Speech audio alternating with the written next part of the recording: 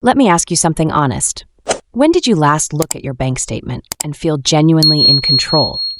Not just glanced at it, not scrolled past the numbers hoping they'd fix themselves, actually sat down, understood every line, and felt confident about where your money was going. For most people, that moment never comes. And the reason isn't complicated. It's not because you're bad with money. It's because the financial system you're operating inside was never designed to help you win. It was designed to extract from you quietly. Small fees here, a processing delay there, interest calculations timed just right. And the hardest part is, most of it is technically legal, which is why what happened in 1961 matters so much. Not because of the era, not because of nostalgia, but because a group of ordinary women figured out something that even professional accountants were missing. And the principles they used, stripped of the era, stripped of the context, work just as powerfully today, maybe more so. Here's where this starts. In the early 1960s, American households ran entirely on cash. No credit cards for working families. No overdraft buffers. No mobile banking to shuffle money between accounts at midnight. If your money ran out on a Wednesday and payday was Friday, you had a real problem. And it was almost always the woman in the household who had to solve it. She sat at the kitchen table with one paycheck, a stack of envelopes, and a pencil, and she made it work. Every single week. What she was doing, without knowing the financial term for it, was zero-based budgeting combined with cash flow forecasting. She gave every dollar a destination before it arrived. Rent, groceries, utilities, doctor, car repairs, school supplies, Christmas. Each had its own envelope. Each had a fixed weekly contribution. Nothing floated. Nothing was left to guess. Now here's why this matters to you in 2026. Most people today budget by what feels like is left over. They spend, then they save what remains. And what remains is usually nothing. The envelope system reverses that entirely. You allocate first, you spend what's left, and the categories enforce the discipline that willpower alone never does. But that's only the surface of what these women figured out. The deeper piece is even more useful, and it has to do with how financial institutions make money on timing. In the 1960s, banks calculated interest on savings accounts using the lowest balance recorded during the entire statement cycle. Not the average balance, not the ending balance, the lowest point. So if you had $400 in your account all month, but withdrew $300 on day 28 for a bill, the bank would calculate your interest as if you'd only had $100 the entire month. Most account holders never caught this. They trusted the statement. They assumed the bank was being straightforward. Some women figured it out by noticing that their interest earned never matched what they expected. They did the math themselves, by hand, on paper, and when the numbers didn't match the bank's numbers, they asked why. What they discovered was that by timing withdrawals strategically, by keeping a small buffer in the account through the statement close date, and by understanding exactly when deposits posted versus when withdrawals processed, they could protect their interest earnings without changing how much money they had. That's not fraud. That's not illegal. That is understanding the rules of the game. Which brings me to something that applies directly to your accounts today. Most modern banks still calculate certain interest products using cycle timing logic. High-yield savings accounts, money market accounts, certificates of deposit, all have specific rules around how and when your balance is evaluated. The difference in 2026 is this. You have tools those women never had. You can see your account in real time. You can set alerts for balance thresholds. You can automate transfers to the exact date and time. What took them mental arithmetic and handwritten ledgers now takes 3 minutes on an app. The principle remains the same. Know when your account is evaluated. Protect the right balance at the right time. Don't let the institution's processing schedule cost you money you've already earned. Now, let's talk about the loan side of this, because this is where the original strategy gets genuinely sophisticated. In 1961, mortgage interest was calculated daily, but payment processing was done in batches. Payments mailed in were processed not when they arrived, but when the bank's internal staff had time to post them. That could mean a payment mailed 3 days early, arrived on time, but wasn't credited until the next business day. One extra day of interest. It sounds like nothing. On a 30-year mortgage multiplied across millions of borrowers, it wasn't nothing at all. The housewives who caught this started paying in person, in cash, on the exact due date. They also started paying $1 over the minimum each month. And here's why that $1 mattered. When you pay exactly the minimum on a loan, your extra dollar, if you send one, can sit in what banks call a suspense account. It waits for the next billing cycle before being applied.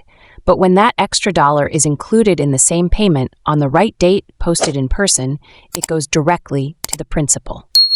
$1 off principal today is not $1 saved. On a long-term mortgage, $1 off principal compounds in your favor over years. These women understood that loan interest is calculated on the outstanding balance. Reduce the balance faster, you reduce every future interest calculation on that loan. They were doing principal reduction strategy before it had a name. Today, you can do this with an automatic extra payment field built directly into most mortgage servicer portals.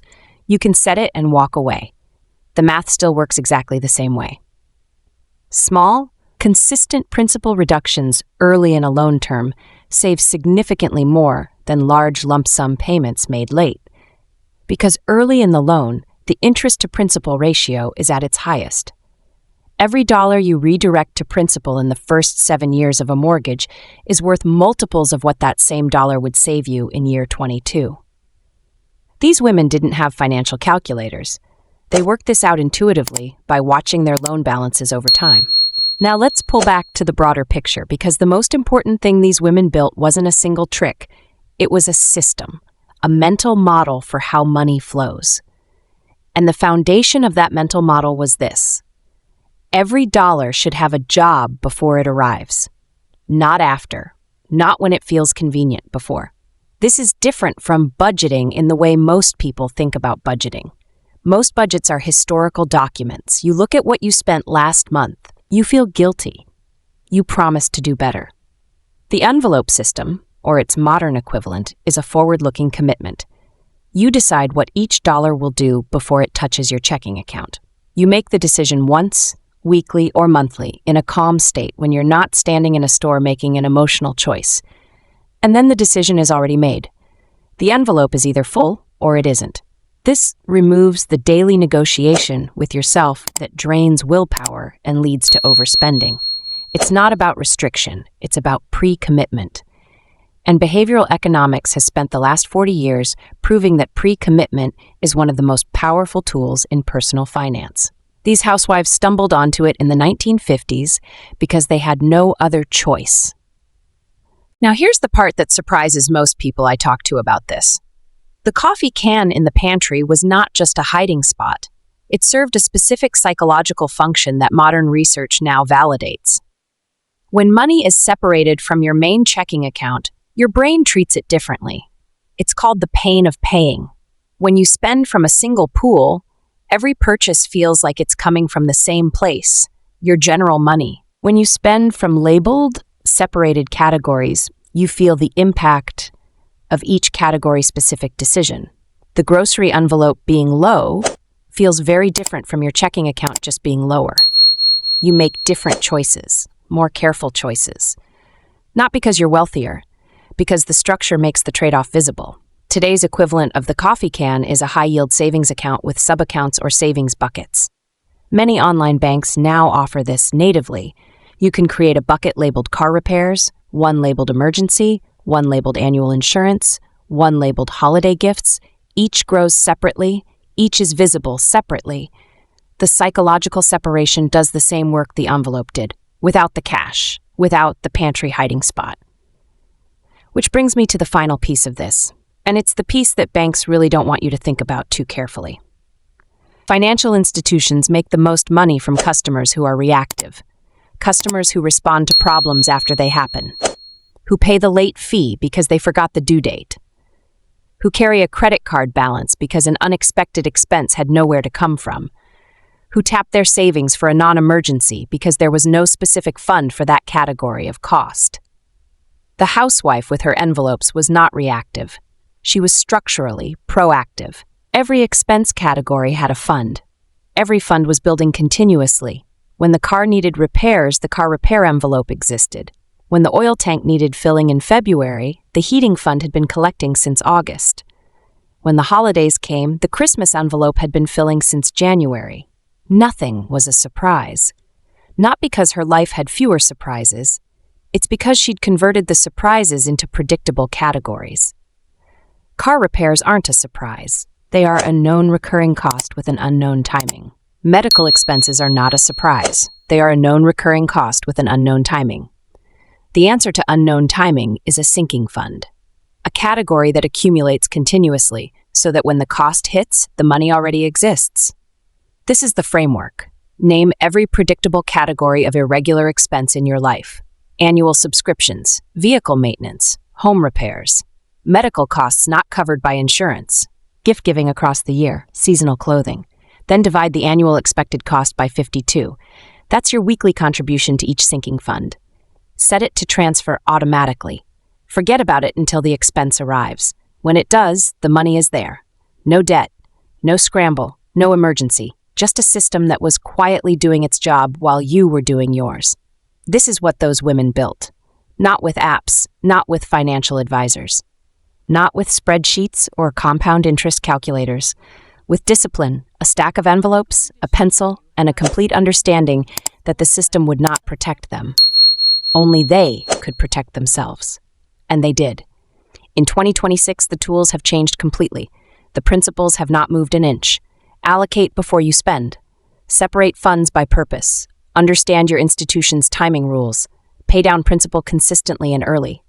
Build sinking funds for known irregular expenses. The women who figured this out 65 years ago didn't have a financial degree. They had clarity about what was at stake, and they acted accordingly. That's available to you right now. Not someday, not when you earn more, right now with exactly what you have. That's the real lesson from 1961, and it hasn't expired. If you like this information, to avoid the mistake, please subscribe. It helps to reach more audience who need it.